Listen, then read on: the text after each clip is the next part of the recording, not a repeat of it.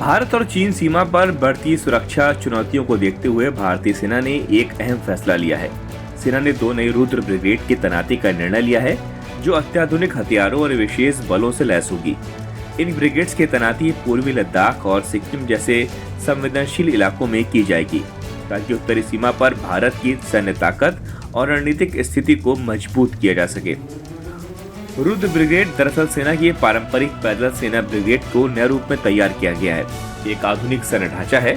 इसमें सिर्फ पैदल सेना ही नहीं, बल्कि मशीनी पैदल सेना, टैंक, तोपे, विशेष बल और ड्रोन जैसे आधुनिक सैन्य संसाधनों को भी शामिल किया गया है। इसका उद्देश्य है कि एक ही ब्रिगेड में युद्ध के सभी जरूरी घटक मौजूद हों, जिससे युद्ध के समय तेजी से और समन्वय के साथ कार्रवाई की जा सके। इन ब्रिगेड्स में विशेष प्रकार के हथियार भी शामिल होंगे, जैसे सशस्त्र ड्रोन, मिसाइलें, लोटरिंग म्यूनिशन जो दुश्मन पर हमला करने के लिए हवा में मंडराते हैं, और आधुनिक आर्टिलरी यूनिट्स।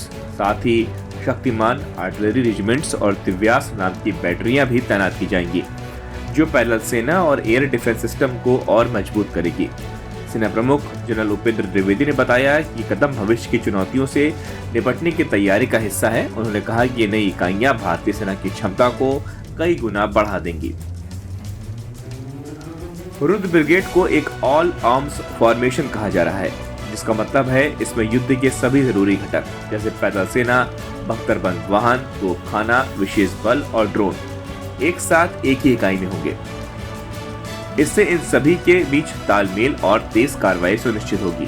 इसके अलावा सेना ने एक और नई विशेष बल इकाई बनाई है, जिसका नाम है भैरव लाइट कमांडो बटालियन। ये इकाई विशेष रूप से इस तरह से तैयार की गई है कि हमेशा सीमा पर दुश्मन को चौंकाने और त्वरित हमला करने के लिए तैयार रहे।